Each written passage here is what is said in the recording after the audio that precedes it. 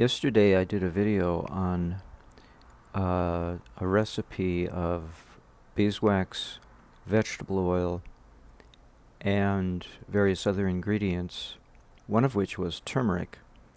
And I also added sugar, which was unusual for me. I usually never add sugar. And today I managed to taste it. Yesterday I was so excited, I guess I really didn't notice what I was, eating or pay attention. And it reminded me of a thought I had a long time ago that kind of mixture of beeswax and oil, and then if you sweeten it with sugar or color it with turmeric or whatever, it reminded me of meringue. Meringue pie, meringue cookies, as you see here. And so, as a vegan by desire, but not a vegan by choice at the moment, I just had a meal with fish in it. I would prefer to be a vegan, but I live in the world and I don't want to fall apart. um, so I do meditate, to be in the world but not of it, but I do have to eat fish on occasion, even though I don't want to. Because I know I'd be a spacey meditator if I didn't. I'd just flake out. I'd fall apart. I'd have a nervous breakdown, basically, if I didn't eat fish on occasion. But this special little mixture, anyway, that's a sidebar. It has nothing to do with this video. But this mixture of oil and beeswax, and whatever else you add is your business, is a very interesting concept. I veered into this direction because initially I tried melting beeswax into cheese. Like when you make macaroni and cheese, the beeswax just disappears into the melted cheese. You don't even know it's there. But I'm not a big fan of cheese. I like yogurt. Yogurt's okay. I'll have yogurt on occasion. Sorry. um, and let's see, where I was I?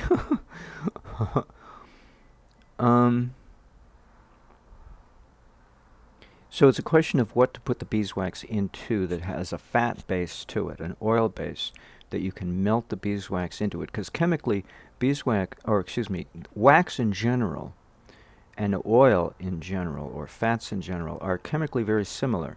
So when you melt the two at the right temperature, you don't want the oil to catch, sorry. You don't want the oil to catch fire. Obviously, you just want to do a double boiler situation. But the beeswax just disappears right into the oil, or whatever it is that's oily that you're dissolving the beeswax into. Obviously not egg, because egg is protein.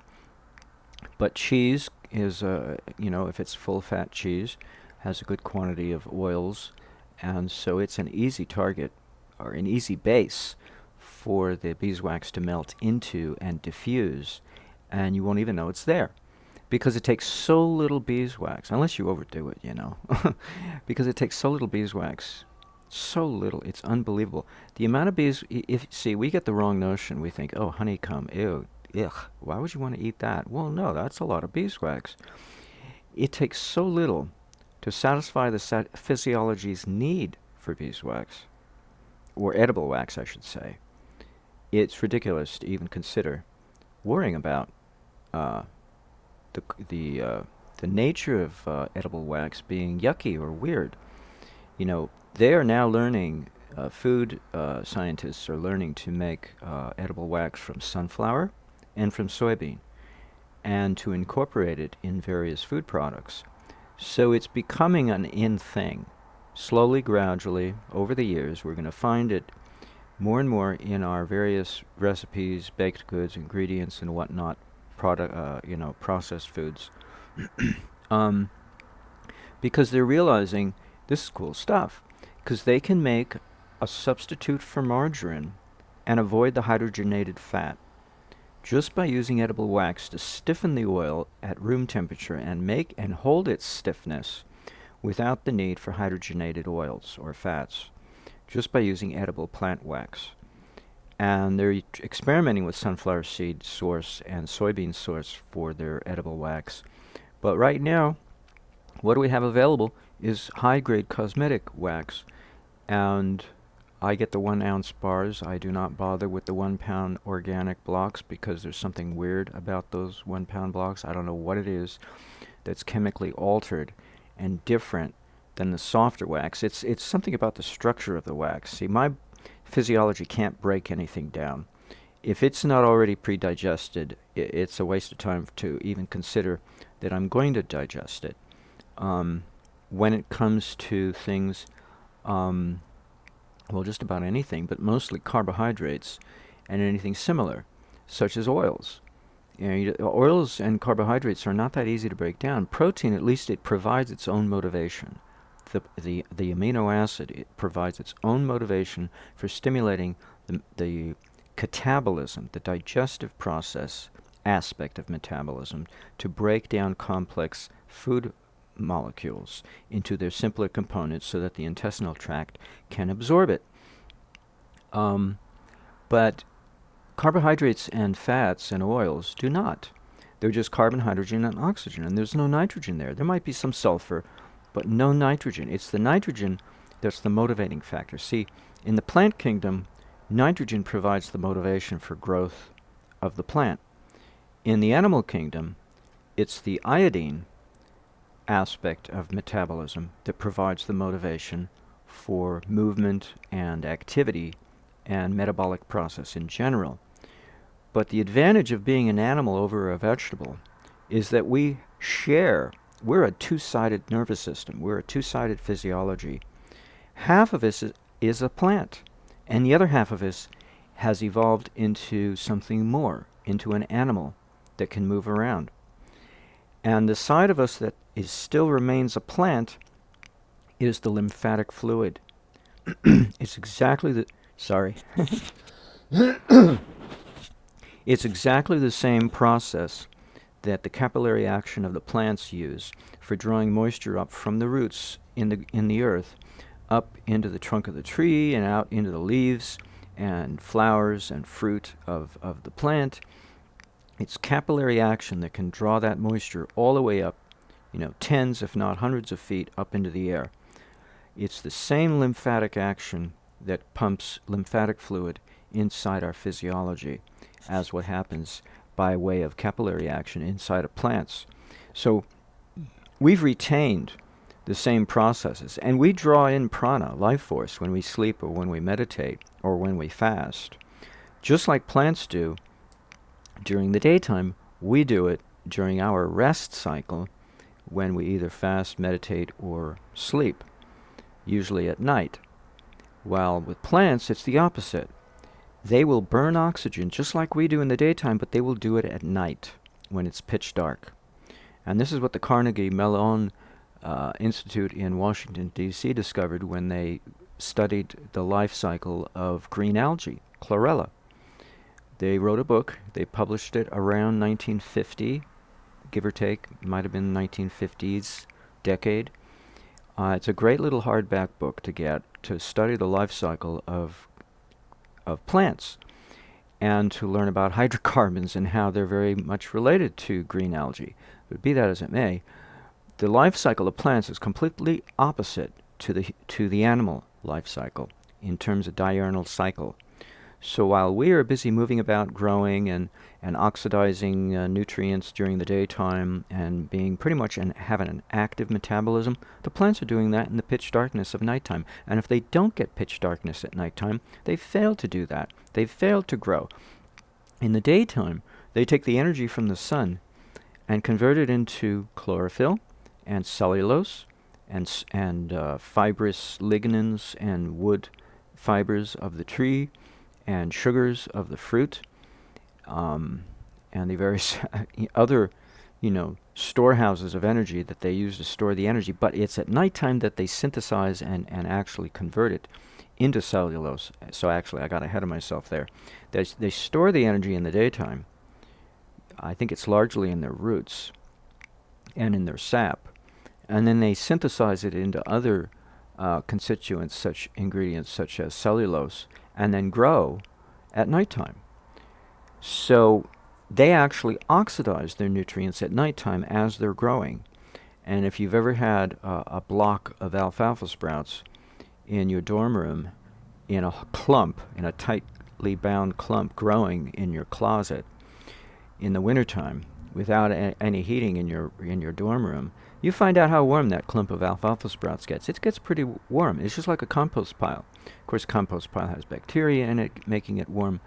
But strangely enough, alfalfa sprouts washed with chlorinated tap water, that kills off all that bacteria, it still gets warm. It's because the alfalfa sprout itself is creating the heat. It's amazing. It's truly amazing what plants do. But they do it opposite to us. So it's fascinating that the human physiology shares both components, both the component of a plant physiology as well as an animal physiology, both within itself in an integrated fashion. And I'm trying to think now, segue back. Where did I come from? The beeswax, being an exudation of the bee's body, you would think is something really, really yucky. But chemically, it's wax, and it's edible, provided it's not been processed in a weird fashion. I think it's the compression of a large pound block that's the problem. They claim they don't heat it, but it seems to be compressed just by its sheer weight alone. I mean, if I took a chip off of a 1 pound block of organic beeswax and I took a chip off of a 1 ounce bar of beeswax and compare them, the chip from the 1 ounce bar is vastly more malleable. I can roll it around in my fingers and heat it up and soften it and make a little finger-sized sculpture or a pea-sized sculpture out of it, garbanzo bean size sculpture out of it. But you can't do that with a chip of beeswax off of a 1 pound block, no matter how organic and raw, unpasteurized they claim it is. So there's something chemically different about the 1 pound blocks, so I stay away from them, and that's how I segued. I don't know how I got off into plants and animals, but be that as it may. So you want to get the 1 ounce size block, bars, the 1 ounce bars, that with a good deal of effort you can break the bar. If you twist it and bend it this way and that way, you can break it, but good luck trying to make a dent in a 1 pound block, despite its sheer size. Despite its sheer size, even if you broke it down into smaller pieces somehow, you still would have a hard time. It's so brittle. It's just plain brittle. And a meringue is not brittle, is it now? So we don't want brittle. We don't want a brittle body either. We don't want a brittle cardiovascular system either. Neither, nor. So we just want nice, soft physiology like a baby. And so the softer the beeswax, the better, is basically it, And the fact that it melts into oil is just a remarkable quality that's been overlooked, because then you can combine beeswax with food and you won't even know it's there, and you'll get all the benefits. The benefits are it coats the inside of the gut, protecting it from irritating items such as reduced iron, which is iron filings, or silver filings, if that's your preference. I'd choose silver filings any day over iron filings myself. But either way, their filings are filings, and they're going to irritate the gut. So the beeswax there is to coat the gut and to, I hate to we use the word plasticize, but it does protect it. It's like wearing woolly underwears, it's a layer of protection to the inner lining of the gastrointestinal system. And it's also sticky. So if you do have any particulate matter, it'll stick to that rather than scrape along your raw, bare inner gut lining. It'll stick to the beeswax. And when the beeswax comes off, it'll come off stuck to the beeswax. So it'll float through the gastrointestinal system and not irritate the gut lining. If we're talking about iron filings or silver filings or whatever kind of metallic filings might get inside your tummy, whether you choose to put it there on purpose or it gets there by accident or without your knowledge or consent, be that as it may, you don't want it irritating the lining, certainly. For those of us especially who have tender lining, in our belly. Um, and so I find it remarkable that the property of beeswax and oil is kind of like a meringue. You know, if you put enough oil in there. So I had a huge mug, a tea mug of oil, and 1 ounce bar of beeswax. And when I was taste testing it as I was making it, I thought, oh, this tastes waxy. This is too much. So I would really cut the wax down by half.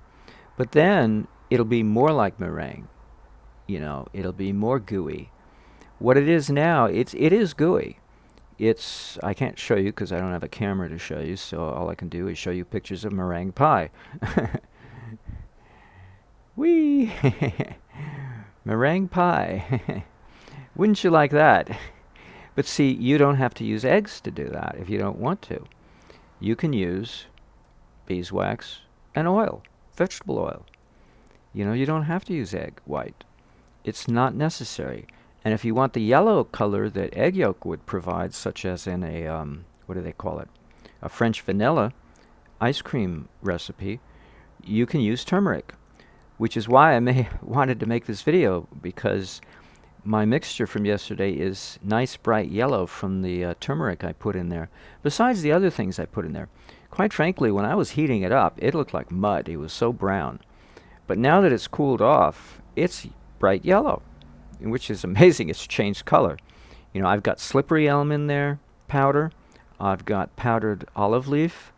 I've got a little magnesium carbonate to help me go, because I'm 62 and a little constipated. I didn't put any cayenne in. I learned a long time ago that cayenne and oil is not a good combination. For me, I'm underweight, and I'm very electrosensitive and whatnot. And cayenne, especially the African bird pepper, the white cayenne, dissolves fat. And the myelin sheath, the insulation surrounding the nerves, the neurons in the physiology, are a fatty layer of cells. That's what the myelin sheath is. It's made of fatty cells. That's what myelin is. It's fat cells. And when the cayenne eats away at that, your nerves feel like you're raw, like you don't have any, like you're losing your nerve, literally. So I do know the value of cayenne and hot peppers, but I just use them in moderation. And to help me facilitate me use them in moderation, what I also added to my mixture yesterday was, no, I did not add it. I'm sorry. But what I do include in my diet is MSM. So let's get ourselves another image here, appropriate for the occasion, as I'm segueing into different topics here.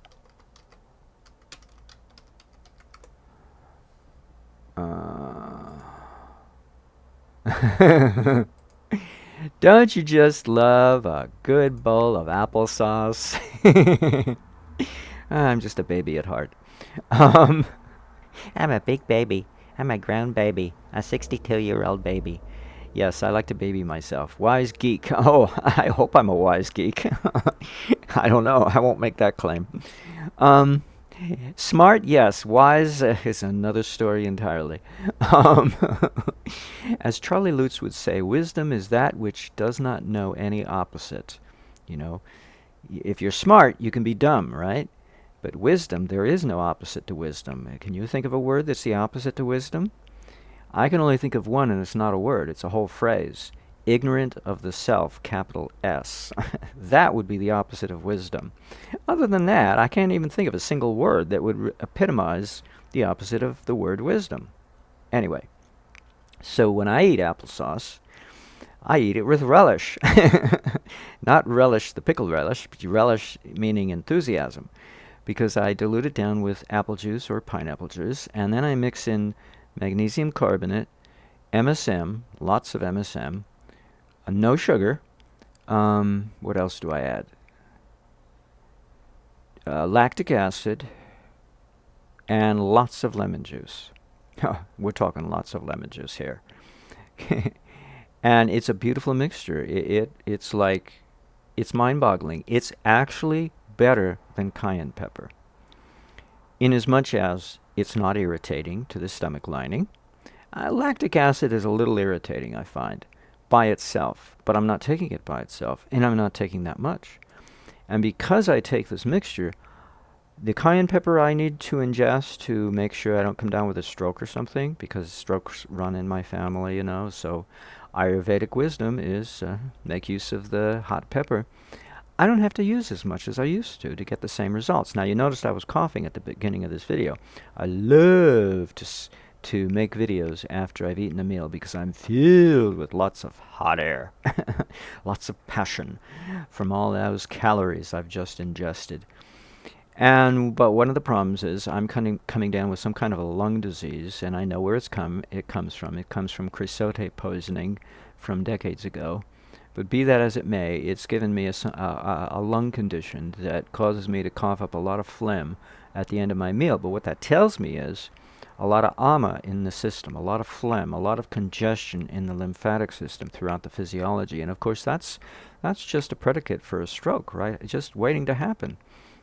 So the only time I can take cayenne is at the end of a meal when I have food in my belly to help mitigate the burning, irritating action of the cayenne pepper.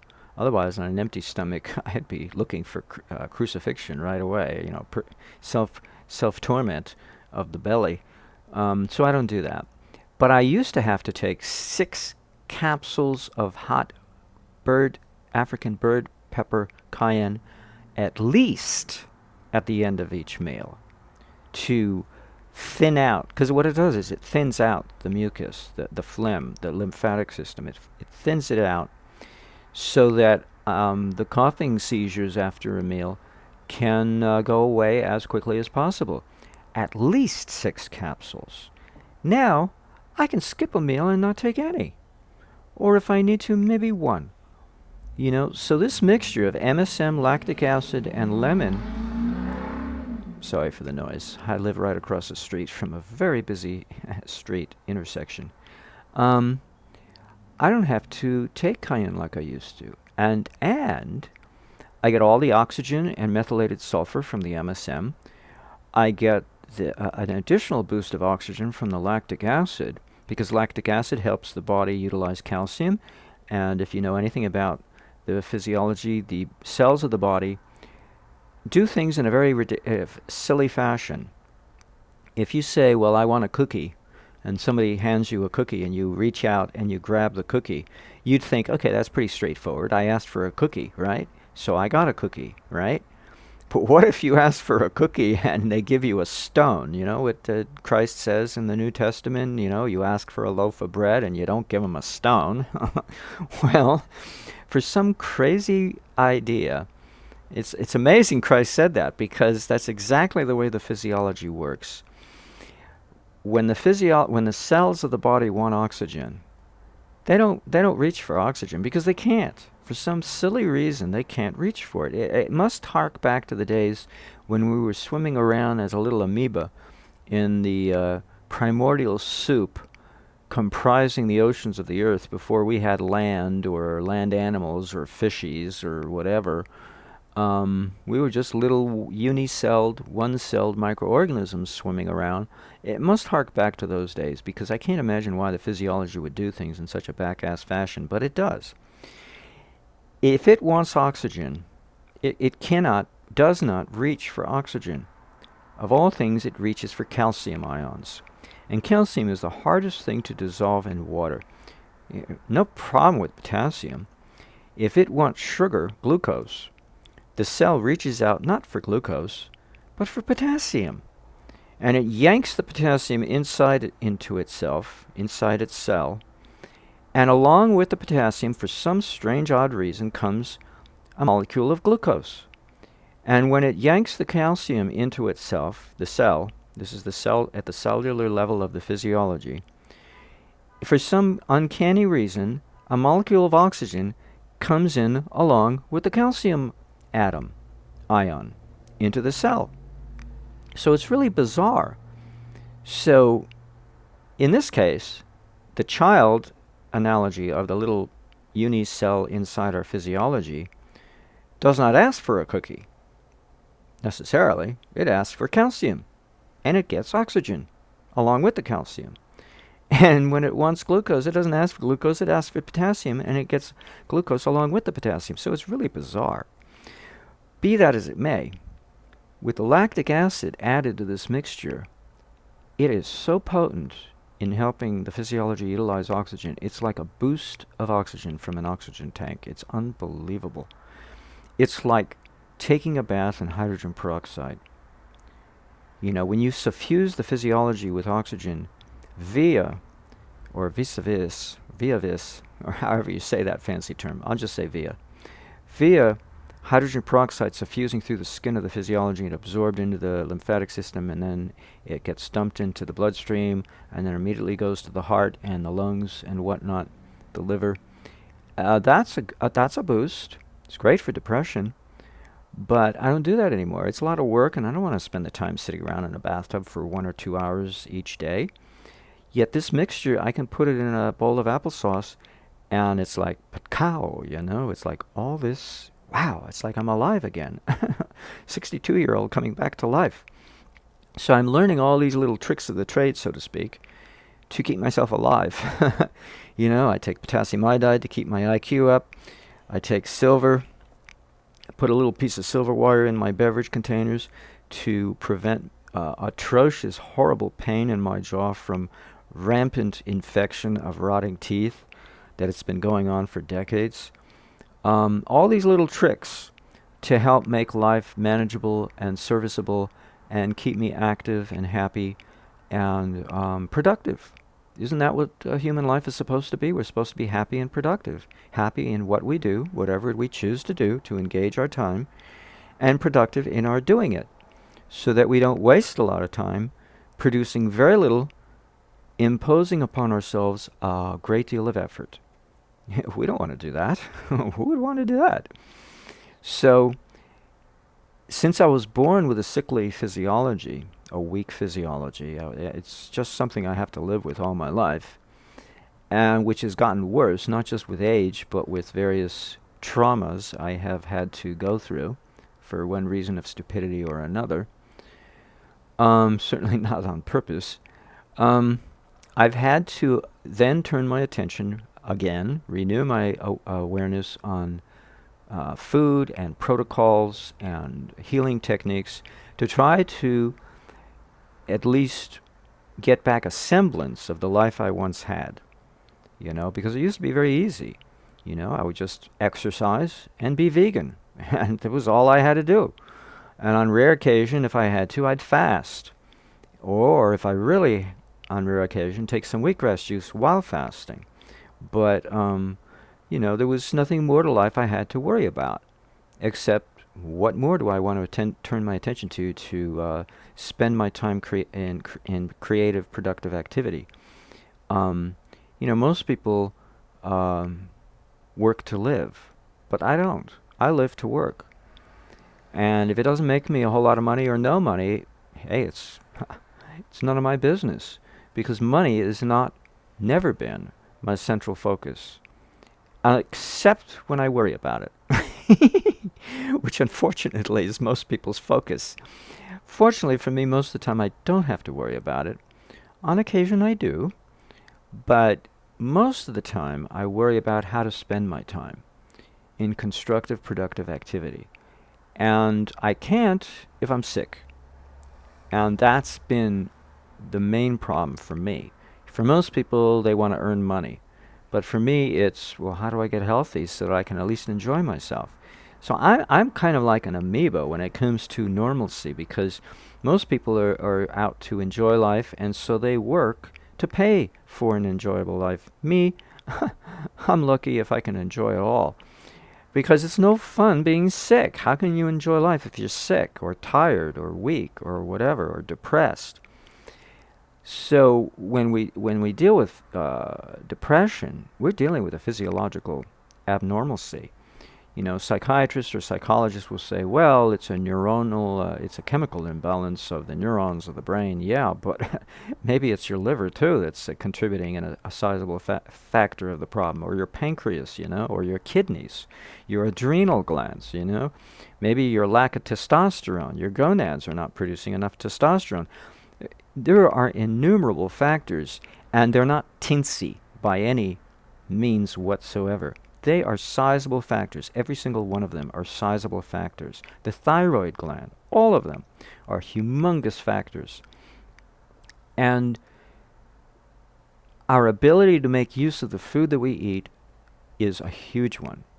Very few people don't eat. Most people eat food to get by, to live. Now, there are a few people on this planet who don't have to eat. And maybe they just eat just for kicks, or they don't eat at all. Most of us have to eat food. And it doesn't come down to a question so much as what we eat, so much as how well do we utilize what we eat, instead of not utilizing it at all, or worse, having a food sensitivity such that we don't have an allergy to the food, but it's as if we do have an allergy because we get the same symptoms.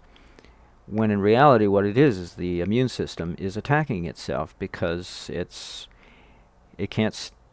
not handling the food very well, and so as a side effect we get an autoimmune disorder, which is a lot of people's the cause of a lot of people's suffering is a simple autoimmune disorder. So I will end this video with that,